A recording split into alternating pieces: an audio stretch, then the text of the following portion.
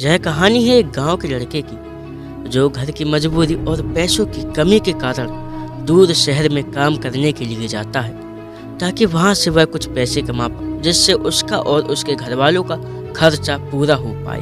वह लड़का काफी दिनों तक काम की तलाश करता है और आखिरकार उसे काम मिल जाता है। वह लड़का अपना सारा काम पूरी ईमानदारी और मेहनत से पूरे दिन करता है।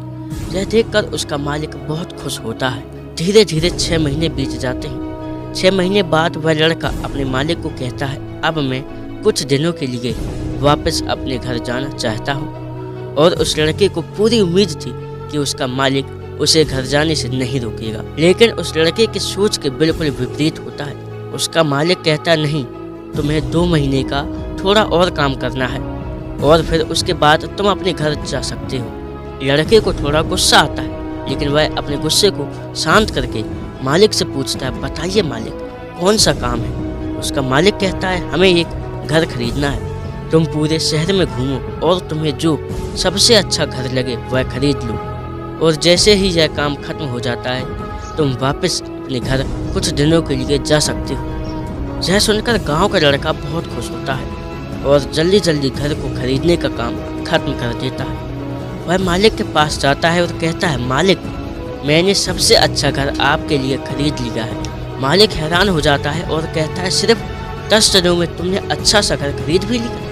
गाँव का लड़का कहता है, हाँ, ये घर काफ़ी बढ़िया था, इसलिए मैंने खरीद लिया। और कहता है कि क्या मैं अब अपने घर जा सकता हूँ। मालिक कहता है, नहीं, तुम सिर्फ 2 दिनों के लिए अपने घर वापस जा सकते हो। गाँव का लड़का कहता है, अरे मालिक, मुझे गांव जाने में ही 1 दिन लगेगा, तो कैसे भला मैं 2 दिन में वापस आ जाऊंगा।